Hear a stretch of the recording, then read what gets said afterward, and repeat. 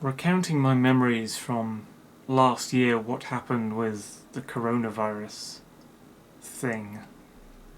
I was reading tweets and I just remembered back in early 2020 the circumstances by which some of my knowledge changed regarding the fake coronavirus.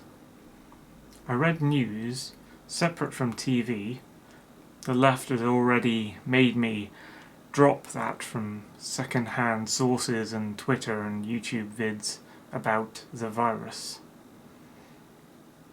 I was afraid at first, taking it seriously, and even wearing a mask for a short stretch, before the mask mandate when the UK government went berserk and authy. I stopped wearing it when they mandated. You can see on my Granite Way video that I was worried and taking it seriously at first. This was because of Chinese theatrical fear tactics. First, they showed outbreak of virus in China, virus fear-mongering.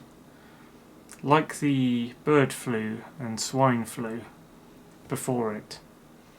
It was absolutely nothing, of no danger to anyone in my head. Ignorable rumours of something the news expected you to think about, a world away.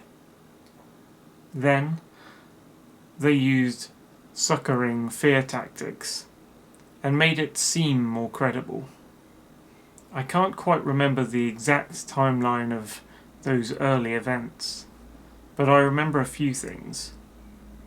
There were videos and reports out of Wuhan, China, that they were panicking and quarantining. People were admitted to hospital. There was a woman in a hospital, wheelie bed thing, having a fit. Fits? That's not corona. They said she had coronavirus. Everybody called it just coronavirus in those days, like it was a new thing. To me, it was.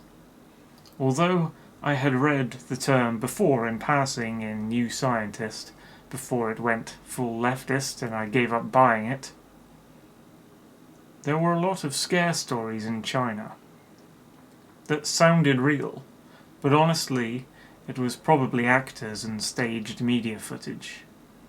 They were talking about cementing infected apartment block residents inside the block.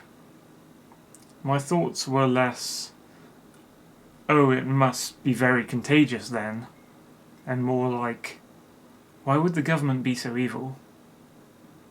I also remember fumigation teams in hazmat suits spraying down occupied schools with kids in them.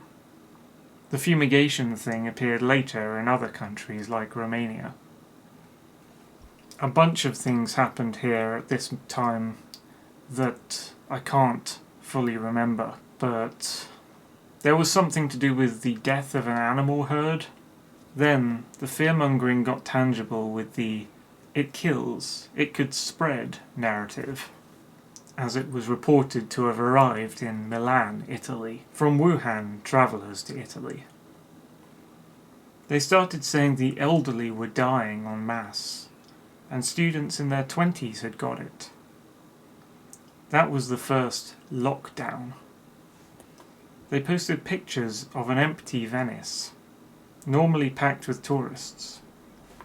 They had social distancing, an alien concept. There was a queue of Italian people outside a supermarket or pavement in one video.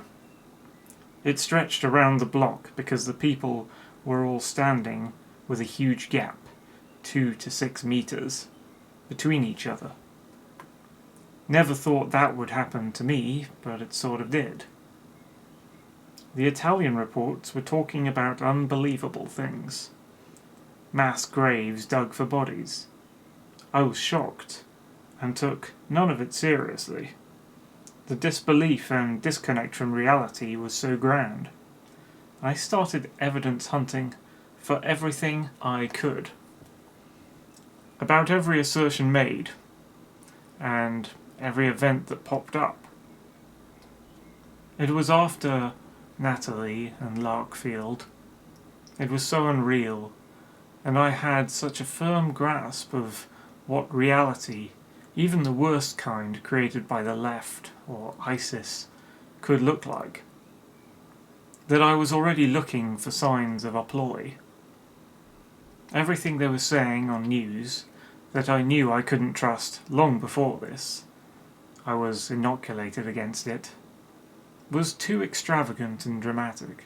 Italy has reported the highest one-day death toll from coronavirus than any other country. Videos posted on social media are said to show military trucks in the city of Bergamo preparing to transport the dead to nearby cities. Medical teams from China have arrived to help authorities fight the virus. Cases started appearing, or being reported as appearing, in Northern Europe. Small handfuls of 7 in France and Germany at first. They say they were expecting growth to hundreds and thousands. They started using the dreaded cases and deaths graphs and live counters. I watched these intensely with great interest. I Twitter searched Milan repeatedly. I wore the mask in town before I saw anybody else doing it. Some kids in a car at a crossing made fun of me and yelled at me. In hindsight, good, but both me and them couldn't have known what would happen. Perhaps people seeing me helped normalise the mask wearing in our town, which is a horrible thought. I went with Dad to buy some new hiking boots at a workshop warehouse. Quick snap fit or something. Like an Argos. There was a hot girl there. But I also remember another customer next to me asking if they sold N95 masks. The girl said no. My bus driver asked with interest where I got my mask from. I wore it on the bus. Nobody told me to. It was just my choice. I bought one because I feared the death graph, and that the virus might be coming to the UK. Might have just arrived. Might be real. But I kept doing my digging. I thought it was strange that in Milan, a delegation of Chinese CCP and Cuban communist medical advisors had landed there to help the government with the lockdowns and the hospitals and the deaths. I distinctly remember a night photo or video with rows of Chinese Humvee-like armoured cars in Milan. People were talking about the gross nose tests and intubations, breathing difficulties, spongy lungs, eye and leg pain, water in lungs, and other weird things to fear. I was mainly worried for my dad. The cases came to England and grew through the country, seemingly, from London to the north to here. We were one of the last to be told we had cases. Then I watched the case counter grow, day by day, and I acted all weird and extra paranoid. They told us to wash hands a lot or use hand sanitizer. Preppers came out of the woodwork. I listened to Styx for my main non-leftist news. Alright everyone, we have a coronavirus update here, and unfortunately it's very, very grim. Italy has a bunch of new cases. Wonderful. Right here in the Shenzhen area. You know, one short, like what? A 2-hour flight from Amsterdam? Wonderful. Civil rights. Well, that's something that's absent in China. In China, they can weld you inside your apartment and spray you down involuntarily with a hose full of powdered disinfectant. Even he took it very seriously, but his views seemed to evolve with mine toward end the lockdown and proto keep Britain free. He was telling us to stock up on iodized salt for some reason at the time. Lots of insane people started buying up toilet rolls for a respiratory disease? Did they think it was something else? Fearing all the shops would close. They outbought the flour and yeast, the aloe vera gel. for various reasons. Dave Cullen, ComputingForever, was very ahead of the curve, and depressing, on trying to find out if something was going on. I've been putting off making a video about the coronavirus, COVID-19. I think maybe because I initially thought this was going to be another SARS type deal. Also, I often find in these kinds of concerns about pandemics that it can be very difficult to separate facts from paranoid fear-mongering and hysteria. Now, for most people, it would be very scary to read an article like this from Summit.News. UK government document warns coronavirus could infect 80%, kill 500,000 Brits. The current planning assumption is that 2 to 3% of symptomatic cases will result in a fatality, states the document, meaning that 500,000 would die. Now, my immediate gut reaction to an article like this, that this figure is purely hypothetical. The challenge is trying to sift through the social media noise and panic surrounding the coronavirus. Fear about the virus spread on social media appears to be more contagious than the virus itself. The local.it has the following article. Update. How concerned should you be about the coronavirus in Italy? More than 520 people have tested positive for the virus in Italy as of Thursday. Most of the 14 victims who have died were elderly, many over the age of 80. Some of them had underlying health conditions, including cancer. This is something I've heard a lot, actually, that most people who've died from the coronavirus had underlying medical health conditions. So if you're healthy, you should be fine. And as you can see, 37 patients fully recovered in Lombardy by Thursday. It may have been around this time that there was a change in my thinking. I had happened upon various pieces of information someone was presenting about the origin of the virus being fruit bats in a lab in Wuhan, China, near wet markets, where animals were sold for food. There started various investigations and theories. One was a bat was infected by coronavirus and bit a scientist there. I was more interested in finding out some Wuhan scientists had been repressed or censored, maybe even disappeared by the Chinese Communist Party. There was a paper trail and concerned co-scientists being worried. A separate fact finder, who made a video, probably now deleted, found direct links between Wuhan scientists having been provably in Australia working on SARS viruses, and another Wuhan scientist having worked in America on diseases. This was very compelling.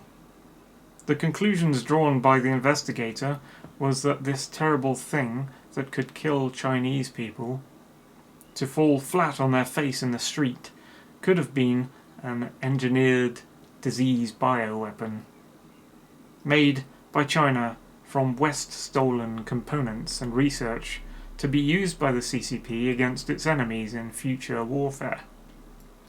But it got out and infected the Chinese accidentally on its own turf. It was a chilling but attractive theory for explaining the virus origin to me at first. Little did I know there were better explanations of coronavirus to come. It was my byline for several months through 2020 that this was an escaped bioweapon. The bigger horror was still hidden from me until March and April 2020. At some point, the government's menacing region and death counter graphs showed figures so high, and unbelievable to me, having not seen any signs of it in the streets, nor knowing of anyone who got it, that Boris Johnson's government initiated lockdowns, followed not long after by mask mandates at penalty of a police fine, and public rules to be followed that were not yet considered laws, but bandied around by government and lockdowners as if they were. This was intolerable to me instantaneously. I'm sure I would have mentioned at the time that it is not possible for the government to tell you what to do. Only ask it, and the public will opt to do it or not do it by choice. But you may never issue mandatory or compulsory orders to your people, without crossing over the line into authoritarianism. It is evil, wrong, and automatically anti-freedom. And they did it.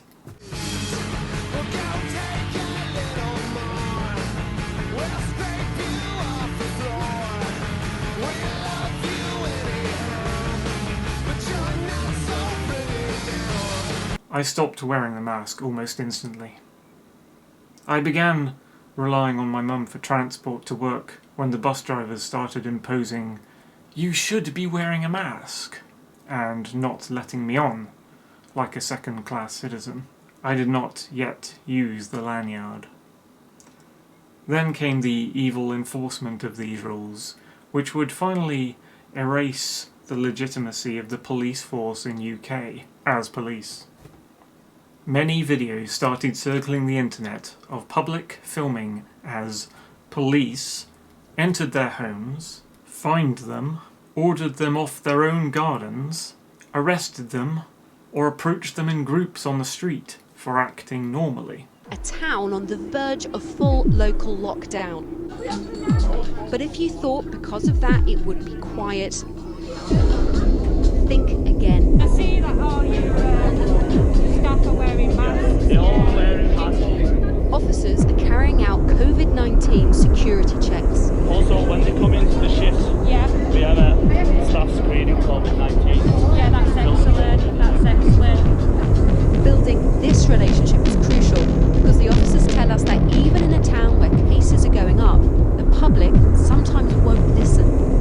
I don't think anybody likes to be told what to do, and I mean, we really don't like telling them what to do, but when it's for their own good, it's really for their own well-being and for them. Where's the law?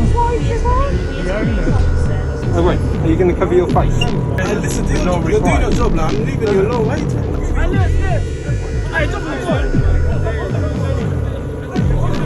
People like you.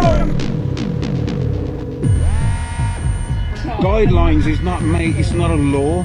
It is not law. Guidelines is guidelines. It means you can work with these lines. That's not law. Underlying health conditions don't have to wear a mask. Underlying health conditions you don't have to wear a mask. End of. You don't have to challenge me either. It's the law to challenge me.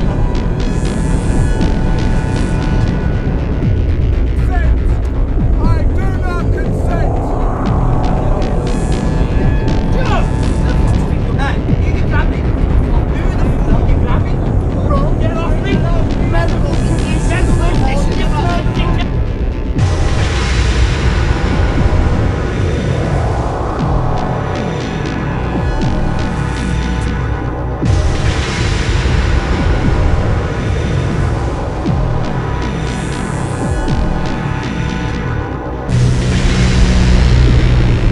Nothing to do with you, a doctor? Are you a doctor? You have no right to ask me what my disability is. colleague, okay, from the council. We're enforcing the regulations. Is if you've got an exemption, and that's why I've waited for you to go off the phone. I'm not going to ask you to leave me alone. So can I see your exemption? No, you can't because you don't have to ask for them. You're not allowed Yes, to. I need to see. Show me a law that says you I can need to ask see for your them. exemptions. There's harassment. I know. You are with them. You're under arrest, okay? You're under arrest. You're not saying anything. No harm is defence. You don't make too much question. Something you later on in court. Anything you can say. Maybe given as evidence. There were drones in the Highlands filming dog walkers. My dad was stopped by a police patrol car asking him why he was driving home from work. The innocent public were treated as criminals for doing what they had done for countless years, normally. Then, it became obvious that our government, and the governments of the world, had become a horrific, unstoppable enemy to their own public peoples. It's a very pertinent question to ask, how do we build back better? To build back better or whatever. We have a chance to reset the clock and build back better than before. To build back better than before. Remember the terrible damage of COVID as we try to build back from this global pandemic. Joe Biden calls it Build Back Better. Build back better. Building back better. To do things differently. to build back better. We're going to build it back better. And build it back better. My plan to build back better. Start taking all the problems that have been created in education and mental health and start to build back in a positive way. I have launched a booklet called Build Back Better, Britain After Coronavirus. It's about building this country back better. Growing conspiracy following it. It is called the Great Reset. An unprecedented opportunity to rethink and reset the ways in which we live. The great opportunity for reset. The theory even calls Mr. Biden's campaign slogan, Build Back Better, a front for the conspiracy. Build back better. Building back better our economy. Build back better. All elements of the Great Reset are fundamental to building the future we need. This pandemic has provided an opportunity for a reset. It's a big effort to, some would say, to build back better. We would say to really have a great reset. No offense, but it sounds like some fucking commie gobbledygook. The hypocrisies and facts that contradicted each other from that point on was a raging torrent. The police bowed down to BLM Marxists when they went out in crowds, not social distancing as the regular public were told to, and destroyed British statues, mirroring their American versions. The so-called police were not police anymore. They were government state officers. And the so-called Conservative Party of the Tories had been enacting far-left authoritarian goals. Its corruption on display in its goals, allies and actions. When many thousands finally joined the anti-lockdown movements like KBF, at protests, the police cracked down on them violently, unlike with BLM. Now, the UK government chants Build Back Better, the motto of the World Economic Forum. About things like they don't want us to own property anymore. We're not going to own anything. It will be provided for us. Well, who does own the property? Who's renting it out to us? Some sort of shadowy elite. This is a takeover by the technocrats. And I urge anyone who thinks that this is a kind of conspiracy theory to do a bit of background reading. The Great Reset, the World Economic Forum, combined with UN Agenda 2030, as it's now called, is a complete transformation of our societies around the world on lines I would call communist or fascist. We're not here because we're free. We're here because we're not free.